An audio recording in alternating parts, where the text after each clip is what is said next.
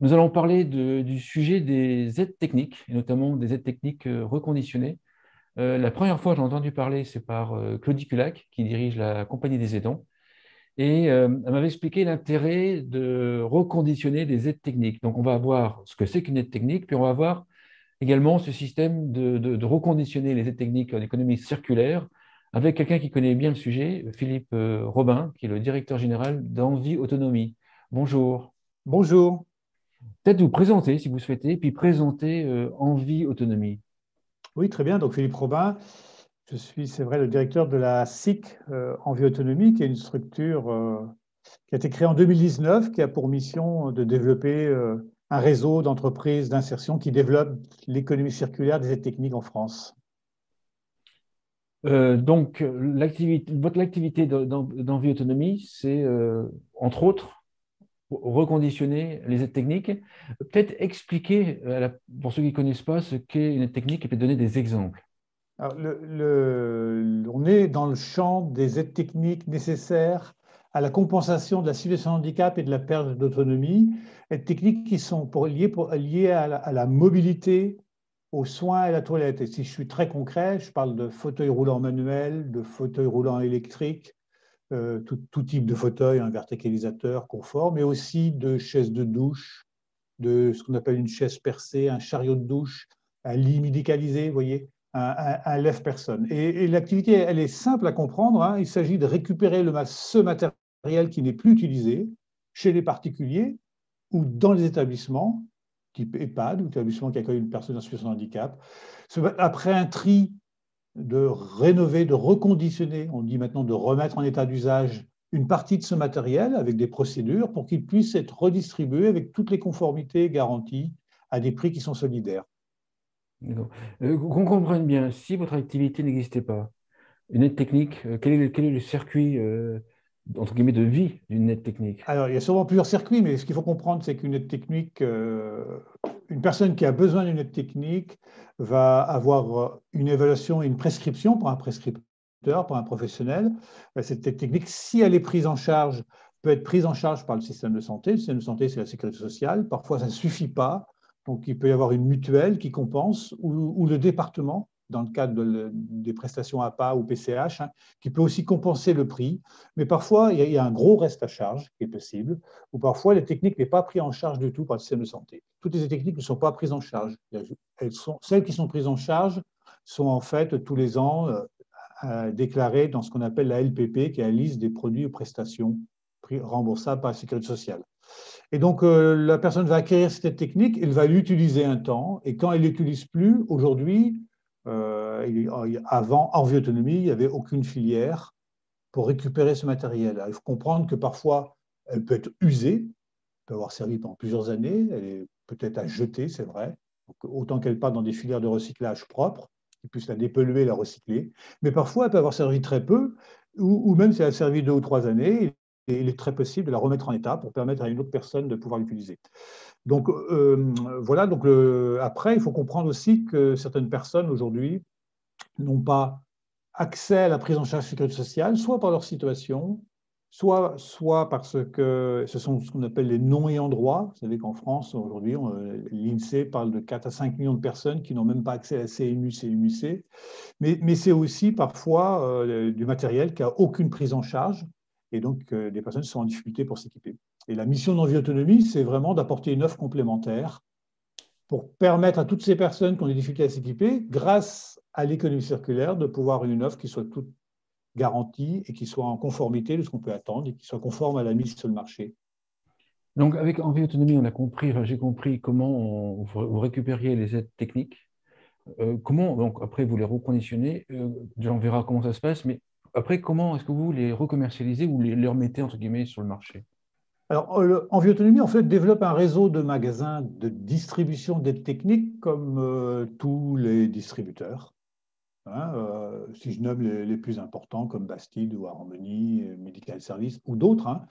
Ça veut dire quoi comme tout? Ça veut dire qu'on va créer, on a des établissements qui sont des showrooms, on va présenter le matériel, on va recruter des personnes qui sont qualifiées et formées, on va être conventionné par les CPM au titre 1 et 4 de la distribution du matériel médical, pour pouvoir faire comme un distributeur classique, c'est-à-dire répondre à une demande, à une prestation, adapter les techniques en fonction d'une prescription, et puis permettre à la personne de faire des essais, faire les réglages. En fait, on va se positionner comme tout distributeur. Sauf qu'il y a une particularité qui est très importante, c'est qu'on ne distribue pas du tout de matériel neuf, on ne distribue qu'un matériel qu'on a remis en état d'usage dans nos ateliers. Non. Donc, en fait, aujourd'hui, on a 13 magasins et il y a d'autres projets qui s'ouvrent. Et donc, voilà, l'idée, c'est de créer un réseau et d'avoir un maillage national pour que sur tous les territoires, partout, chaque personne puisse trouver une offre solidaire quand elle a des difficultés pour s'équiper. Autre spécificité, c'est que c'est une entreprise d'insertion. Tout à fait. Alors, le réseau Envie, alors Envie Autonomie est parti du réseau Envie. Le réseau Envie, c'est un réseau de 50 entreprises en France, à peu près 3000 salariés, dont 70% en contrat durée déterminée insertion. Ça veut dire quoi? C'est-à-dire qu'on a une convention avec l'État qui nous finance une prestation sociale et on s'engage à recruter des personnes qui sont issues du chômage longue durée, issues de RSA ou en situation de handicap ou des jeunes sans qualification, pour pendant 2 années maximum, la durée des parcours est plutôt 18 mois, permettre à ces personnes de résoudre les freins à l'emploi, avoir un emploi qui est payé au SMIC à plein temps, mais également développer de la nouvelle compétence, de la culture d'entreprise et accompagner ces personnes vers un projet professionnel qui vise l'emploi durable. Donc, toutes les entreprises en vie autonomie, du coup, sont dans ce modèle-là et ce sont tous des entreprises d'insertion. Et toute la partie atelier, collecte, tri des aides techniques est réalisée par des personnes en contrat d'insertion. Et on va recruter des techniciens qui sont issus du secteur médical, qui ont une mission qui est d'encadrer des personnes pour pouvoir remettre en état d'usage des aides techniques pour qu'elles aient la qualité qu'on attend. Donc, c'est un métier compliqué, mais c'est notre métier. Donc, on fait beaucoup de formation et d'accompagnement de personnes en situation sociale, en difficulté. J'imagine que l'arrivée d'acteurs comme vous et puis de l'économie circulaire, ça doit chambouler quelque part le secteur. Évidemment, parce que oui, c'est important ce que vous dites, parce qu'aujourd'hui, en France, on est habitué à distribuer du matériel neuf, et puis il n'y a pas de filière, comme je disais, qui est organisée pour pouvoir récupérer ce matériel, donc très souvent, il est détruit, même s'il est en très bon état. Et donc, Envie Autonomie démontre que le système gaspille. On sait tous qu'il y a des problématiques de budget et que le système exclut aussi des personnes par faute de budget. C'est compliqué, ça coûte cher. Et donc, nous, on est au milieu et on dit, mais si, on peut sûrement faire mieux. Faire mieux, c'est quoi? C'est arrêter de gaspiller, c'est en plus créer des emplois à une vocation sociale et remettre sur le marché des techniques qui soient conformes à ce qu'on peut attendre, qui soient garanties. Et faire mieux aussi, c'est permettre aux personnes de mieux s'équiper. Donc, évidemment, la filière est perturbée. Quand je dis la filière, c'est les acteurs, que ce soit les fabricants, les distributeurs, mais avec des bonnes questions. Les fabricants se posent des questions de compétences, de qualité, de conformité du matériel, de sécurité, d'hygiénisation. Et tout ça, c'est des bonnes questions. C'est-à-dire qu'il est important que le matériel qui soit remis en état d'usage soit un matériel qui soit conforme à tout ce qu'on peut attendre, que la personne ne soit pas en danger, que le matériel ait été hygiénisé, qu'il n'y ait pas de problème d'hygiène, et qu'il soit évidemment avec une garantie qui permette à la personne de pouvoir bénéficier dans un cadre normal d'utilisation qui répond bien à sa prescription. Donc ce sont des bonnes questions et Envie Autonomie travaille beaucoup sur la question qualité. On travaille sur la mise en place d'une norme pour normer les process. On a beaucoup travaillé sur la question de l'aseptisation. Donc, c'est un vrai enjeu. Donc, ce sont des bonnes questions. Donc, oui, ça perturbe. Et le modèle en France est en train d'évoluer, puisque la sécurité sociale est en train de s'engager à prendre en charge une partie du matériel de seconde main. Enfin, elle dit remise en bon état d'usage. Donc, c'est une vraie révolution qui est en train d'arriver. Les décrets devraient sortir dans les semaines à venir. Là, donc, ça, c'est une grande avancée. Oui, on voit qu'effectivement, les pouvoirs publics sont en train de prendre conscience, puis de mettre en place, prendre conscience que c'est un sujet important. Je crois très sincèrement que la direction de la sécurité sociale, le ministère de la Santé, la CNSA, enfin, toutes les institutions ont compris qu'on pouvait véritablement intégrer l'économie circulaire au mode de distribution en France, que ça avait des impacts pour l'environnement, mais ça avait aussi des impacts forts d'un point de vue économique. Donc l'économie circulaire est partout aujourd'hui, on en entend parler énormément. Il y a eu la loi AGEC qui a posé plein de cadres sur ces sujets-là. Donc, pourquoi pas sur le matériel médical, alors que ça se fait déjà en Allemagne, ça se fait en Europe du Nord, ça se fait au Québec depuis des années. La France est en retard. alors qu'elle est pionnière sur plein de choses sur les questions environnementales. Donc, c'est un vrai sujet. On est convaincu que demain, le modèle évoluera, mais il faut du temps. Il faut du temps parce qu'il faut mettre en place les structures, il faut mettre en place des process, il faut garantir les bénéficiaires que le matériel sera conforme. Et puis, il faut convaincre la société civile qu'un matériel médical de seconde main est un matériel qui est conforme à un matériel neuf. Simplement, il a déjà servi, mais avec des process, il peut évidemment il peut resservir tout en permettant à la personne d'être en sécurité. Donc, oui, c'est des grands changements qui sont en train d'arriver. Donc, il y a eu la loi de finances 2020 de Sécurité sociale a voté la prise en charge des fauteuils roulants issus de seconde main, donc remise en état d'usage. Les décrets sont en train de sortir. La loi AGEC vient de sortir des décrets sur la pièce détachée. Donc, les distributeurs vont avoir l'obligation à partir de janvier 2020 de proposer de la pièce détachée d'occasion dans le cadre de la réparation d'aides techniques. Donc, c'est une vraie avancée Oui, aussi, oui, c'est avancé ça. importante. Oui. Il y a un décret qui est en train de sortir pour inciter, alors il n'y a pas d'obligation, on avait beaucoup poussé pour qu'il y ait une obligation, mais c'est plutôt une incitation, mais c'est déjà un bon début. Les établissements d'arrêter de jeter, mais plutôt de donner aux structures qui font du réemploi et de l'économie circulaire. Donc ça, c'est un décret qui doit sortir aussi en janvier. Enfin, vous voyez, il y a toute une gamme, toute une batterie réglementaire qui est en train d'évoluer, qui fait que c'est un grand mouvement de fond. Donc c'est logique que ça perturbe aussi l'ensemble de la filière, parce que c'est des nouvelles règles, c'est un nouveau fonctionnement. Mais j'ai envie de dire, c'est le sens de l'histoire et on ne peut pas aller contre. De toute manière, c'est plutôt l'avenir et c'est tant mieux. Et moi, je vois l'intérêt sur l'environnement, bien sûr, l'intérêt sur les budgets des collectivités, l'intérêt que on va pouvoir rendre accessible plus d'aides techniques à des gens qui ont des plus faibles revenus, et puis, puis par rapport au vieillissement de la population, on va pouvoir équiper plus de personnes avec les mêmes budgets. Oui, tout à fait. Tout à fait. C'est tout à fait les impacts potentiels. Oui. Un autre point, quand on a préparé, que vous m'avez dit, qui montre également que c'est en fait qu'il y a un intérêt pour ce sujet, c'est que vous avez été lauréat du contrat impact, enfin d'un contrat impact. Comment est-ce qu'on peut expliquer? Ça montre bien également l'intérêt du sujet. Le contre-impact, c'est un mode de financement de l'action publique qui va chercher à expérimenter des modèles qui, s'ils changeaient d'échelle, auraient un fort impact pour la société française. Et elle va à la fois chercher donc des porteurs de projets et puis des investisseurs qui sont prêts à investir dans ce projet. Et elle va rembourser ces investisseurs si l'acteur, la structure qui porte le projet, arrive à atteindre des objectifs. Alors, c'est le principe. Si on parle d'envie-autonomie, donc on a été lauréat du contrat impact de l'ADEME, l'État avait fait un fonds impact de 10 millions d'euros. Ils l'ont augmenté à 22 millions d'euros. Donc je crois qu'il y a 8 lauréats. Envie-autonomie est un des plus importants. Et donc on a proposé à l'ADEME qu'elle nous accompagne véritablement pour un changement d'échelle en France. Donc on est sur l'ambition de créer une trentaine de structures et puis d'avancer sur plein d'innovations qui sont la formation qualifiante sur les aides techniques, qui sont la mise en place d'une filière nationale d'économie circulaire des aides techniques, qui est aussi sur des changements réglementaires, enfin c'est tous ces sujets-là. Et on va aller chercher des investisseurs qui vont investir avec nous dans le projet et ils seront remboursés par l'État si on atteint les objectifs qu'on s'est donnés et qu'on a négocié ou discuté ensemble. Ça, c'est la mécanique. Donc, c'était une très bonne nouvelle pour Envie-Autonomie qui montre aussi là que, voilà, comme vous le dites, les instances nationales s'y intéressent de façon très active, sont prêts à investir, croient au modèle et ils sont convaincus que c'est l'avenir. Donc, c'est l'enjeu. Et ça va permettre véritablement d'avoir une expérimentation à grande échelle. Parce que si on couvre une trentaine de départements, on va pouvoir faire beaucoup de volume. Et on propose à l'État de vraiment évaluer les impacts sociaux, combien de personnes dans l'équipe mieux, combien d'emplois on crée, les impacts économiques, combien de millions d'économies on peut faire grâce à l'économie circulaire, mais aussi les impacts environnementaux, combien de déchets évités, combien de matières premières évitées. À la place, au lieu de produire du neuf, on va réutiliser un matériel qui a déjà été produit par le système.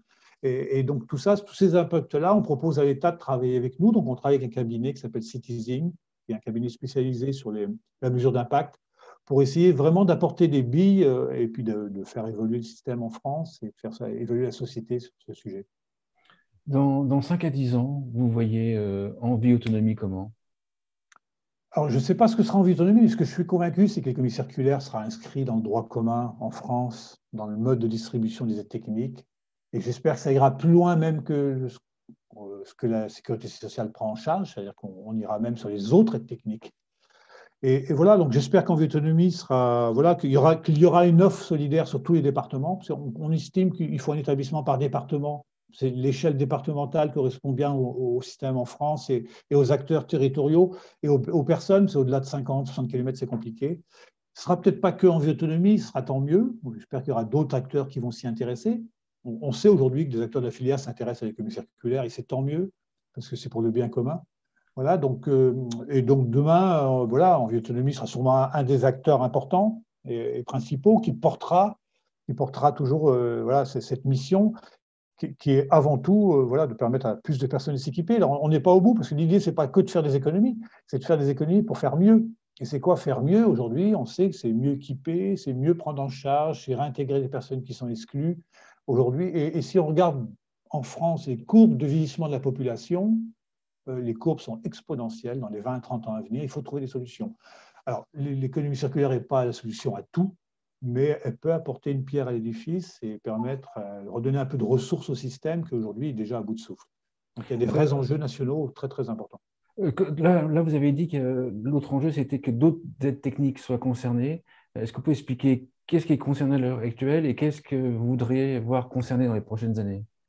Ouais, c'est-à-dire qu'aujourd'hui, la Sécurité sociale prend en charge, comme je disais, une liste d'aides techniques qu'elle déclare tous les ans dans la fameuse LPP, hein, la liste des produits et prestations remboursables. Et donc, certaines aides techniques ne sont pas prises en charge aujourd'hui. D'accord. Pour donner un exemple, beaucoup des techniques liées aux soins à la toilette n'ont aucune prise en charge. Je peux donner des choses assez simples. Il y a une planche de bain, par exemple. Il y a un modèle qui est pris en charge, mais c'est très, très peu. Un chariot de douche, ça coûte assez cher. On est entre 1 200 et 3 000 euros. C'est pour permettre à une personne polyhandicapée de prendre une douche. Il n'y a aucune prise en charge. Donc, nous, en Vie Autonomie, on va en récupérer, on va les vendre à 30, 40% du prix, 20% du prix, ça dépend des situations. Donc, voilà, ce qu'on espère, c'est la LPP prend en charge, en gros, à peu près 200 aides techniques, 200 références. Mais il y a beaucoup plus de références que ça. Donc, ce qu'on espère, c'est que grâce aux économies qu'on peut faire avec l'économie circulaire, c'est que ça encourage les financeurs de la santé à prendre en charge aussi les autres techniques pour permettre une meilleure accessibilité. Alors, ce n'est pas que la sécurité sociale, c'est aussi les mutuelles santé qui peuvent faire un effort, qui peuvent faire mieux. On est en lien très étroit avec les groupes de protection sociale qui sont prêts à s'engager à cofinancer les aides techniques de seconde main pour permettre là aussi que plus de personnes en perte d'autonomie soient mieux équipées. Il y a des études qui montrent aujourd'hui que juste équiper des personnes âgées d'un cadre de marche, on évite les accidents de chute de 30, 40, 50%. Et juste ça, c'est des millions d'économies. C'est moins de journées d'hôpital, c'est moins d'aide humaine. Enfin, vous voyez, donc les enjeux sont, voilà, sont très importants. Donc, c'est tout ce mouvement qui est en route aujourd'hui et qui est en train d'évoluer. Alors, il n'y a pas que Envie. Hein. Vous savez, il y a eu un rapport de Philippe de Normandie et Cécile Chevalier qui a beaucoup travaillé sur ces sujets-là. Et il y a un groupe de travail à partir de ce rapport qui œuvre et qui agit beaucoup sur ces questions-là avec la CNSA. Donc, il y a vraiment un mouvement de fond aujourd'hui pour essayer de faire bouger les lignes. Si je suis un directeur d'EHPAD, quel est mon intérêt de vous donner mes aides techniques que j'utilise plus? Alors, déjà, la première chose, c'est vrai, vous jetez plus, vous donnez. Ça, c'est sûr. On ne met plus dans une benne pour que ça soit broyé. On donne parce que demain, ça pourra avoir une seconde vie. Ça, c'est un premier sujet. Alors, déjà, donner pour vous, l'intérêt, c'est que vous contribuez à quelque chose qui est vertueux plutôt que de mettre un déchet. Vous savez que derrière, ça va créer de l'emploi, enfin, que ça peut être réutilisé, enfin, etc. Donc, ça c'est très positif. Puis après, vous pouvez, à envie, trouver des aides techniques qui seront de seconde main, c'est vrai, mais avec le même budget, vous pourrez acheter beaucoup plus de techniques. Elles vont être au moins à 50% moins chères que le marché. Donc ça, c'est un point important. Et Envie travaille beaucoup avec les EHPAD sur la prolongation de l'usage. C'est-à-dire que notre idée, c'est que comme on propose la pièce d'occasion, on peut proposer de la réparation bien moins chère. Aujourd'hui, la pièce est très chère. Il y a un vrai enjeu de pièces détachées d'occasion.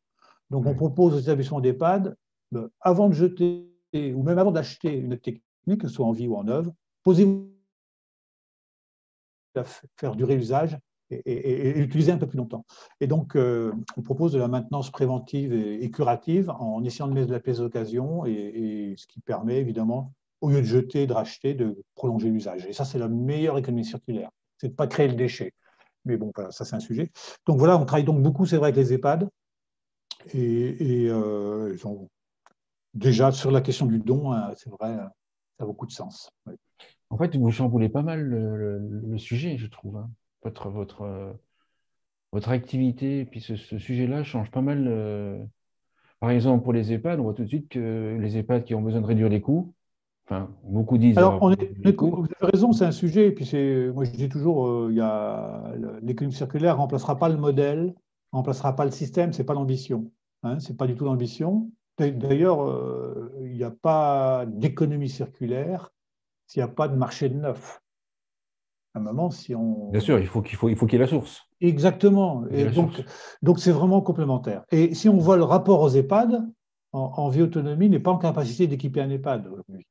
Ce n'est pas notre métier. On ne sait pas faire 50 lits pareil, on ne sait pas faire 50 tables. On ne vend que sur stock. On ne vend pas sur une production. Il faut comprendre le système. On collecte un D'accord. matériel, Oui, très on va très le bien. remettre en état, on va le stocker et quand quelqu'un vient nous voir, on l'a ou l'a pas. Si on l'a, il est tout de suite disponible. C'est super. Ça va très vite, il n'y a pas d'attente. Il faut savoir qu'aujourd'hui, l'attente en France pour un fauteuil, c'est 9 mois en moyenne, hein, parfois 18 Ah mois. ouais, ah oui. Mais là, il n'y a pas d'attente. Donc ça va très vite. Mais on n'a pas tout. Et donc, on est complémentaires. Donc, la relation avec l'EHPAD est vraiment complémentaire. Donc, c'est de l'achat complémentaire et évidemment, tous les fabricants de techniques et distributeurs continueront à équiper les EHPAD, continueront à faire le gros du volume. L'économie Bien circulaire sûr. ne va jamais remplacer le système. Mais elle a un rôle à jouer qui, voilà, qui peut permettre plein de choses. On a vu tous les impacts potentiels, je ne vais pas les redire, mais elle a vraiment un rôle à jouer. Donc, donc tout ça, c'est complémentaire et il faudra apprendre en France, comme ça se fait dans beaucoup de pays, à ce que les réseaux d'économie circulaire travaillent évidemment avec la filière actuelle, avec les fabricants et les distributeurs. Tout le monde a intérêt à travailler ensemble pour que, encore une fois, nous, c'est notre ADN, tout du moins notre ambition, c'est que plus de personnes soient équipées et que voilà, on est là, à mon sens, pour le bien commun, qui est le bien commun, le bien-être des personnes âgées en situation de handicap. Donc, il y a vraiment des choses à faire. Mais Donc, pour comprendre l'ampleur, en préparant, vous m'avez dit, si j'ai bien compris, que 40% des aides techniques en Allemagne oui, étaient reconditionnées. oui. Ce qui est quand même Alors, le énorme. système allemand est différent. Le système allemand est différent, si j'ai bien compris. C'est que les aides techniques appartiennent à la sécurité sociale, donc déjà c'est complètement différent. Elles sont mises à disposition des personnes qui les redonnent quand elles ne les utilisent plus. Ce n'est pas le cas encore en France. Hein. En France, vous avez une technique, Ouais. elle vous appartient. Donc vous faites ce que vous voulez, vous pouvez la redonner, mais vous pouvez très bien essayer de la vendre sur le bon coin, parce que parfois vous payez un reste à charge qui est important, donc les personnes peuvent avoir besoin de récupérer un capital pour réacheter un autre fauteuil. Il faut comprendre qu'un fauteuil électrique, c'est pris en charge en moyenne. Le fauteuil standard, c'est 3 800 euros en gros. Un fauteuil électrique, ça peut coûter 10 000, 15 000. Voilà. Donc, il peut y avoir un reste à charge très important. On peut trouver un fauteuil électrique à 3 000 euros, mais il peut y avoir un reste à charge. Donc, on peut comprendre que les personnes ont envie de revendre des techniques pour pouvoir réacheter une autre. Parce qu'à un moment, il faut la changer. Donc, le système, c'est difficile de comparer les modèles. Hein, d'accord. Mais par contre, c'est sûr que. Et oui, pardon. Et ce qui est différent aussi en Allemagne, c'est quand vous sollicitez le système de santé pour acquérir une aide technique, elle est prise en charge en général bien mieux qu'en France. Mais on ne vous pose pas de question de savoir si c'est du neuf ou de l'économie circulaire. On va de toute manière voir en premier si on a déjà en stock une aide technique qui a été remise en état. Ouais, le système est complètement différent. Si on n'en a pas, on va acheter du neuf.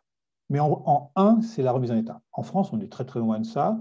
Puis il n'est pas question aujourd'hui de faire comme ça. Peut-être que demain on y viendra. C'est sûrement plus vertueux, mais ce n'est pas encore la question. Hein. La question là aujourd'hui, c'est différent. C'est déjà de mettre en place quelque chose de moins gaspillé. Enfin, je ne vais pas refaire tous les Ouais. impacts. Donc ça changera. Et je reste convaincu que l'envie autonomie n'empêchera pas la filière de continuer à exister et de se développer. Ça, oui. Une conclusion à l'émission. Bah, écoutez, une conclusion. J'espère vraiment tout ce qui est en mouvement aujourd'hui va permettre de changer le modèle en France et qu'on va avoir un modèle qui soit plus juste et plus vertueux, donc que ce soit d'un point de vue social, économique et environnemental. Et puis, si je peux avoir un souhait, c'est que j'espère vraiment que la filière va considérer que tout ça est très, très complémentaire et qu'on peut ensemble voilà, permettre à beaucoup plus de personnes de s'équiper grâce, entre autres, à l'économie circulaire, mais qu'on peut être partenaire aujourd'hui et demain. Super, merci, merci beaucoup. Superbe, superbe sujet. Merci Philippe Robin. Je rappelle que vous êtes directeur général d'Envie Autonomie. Merci beaucoup. À bientôt.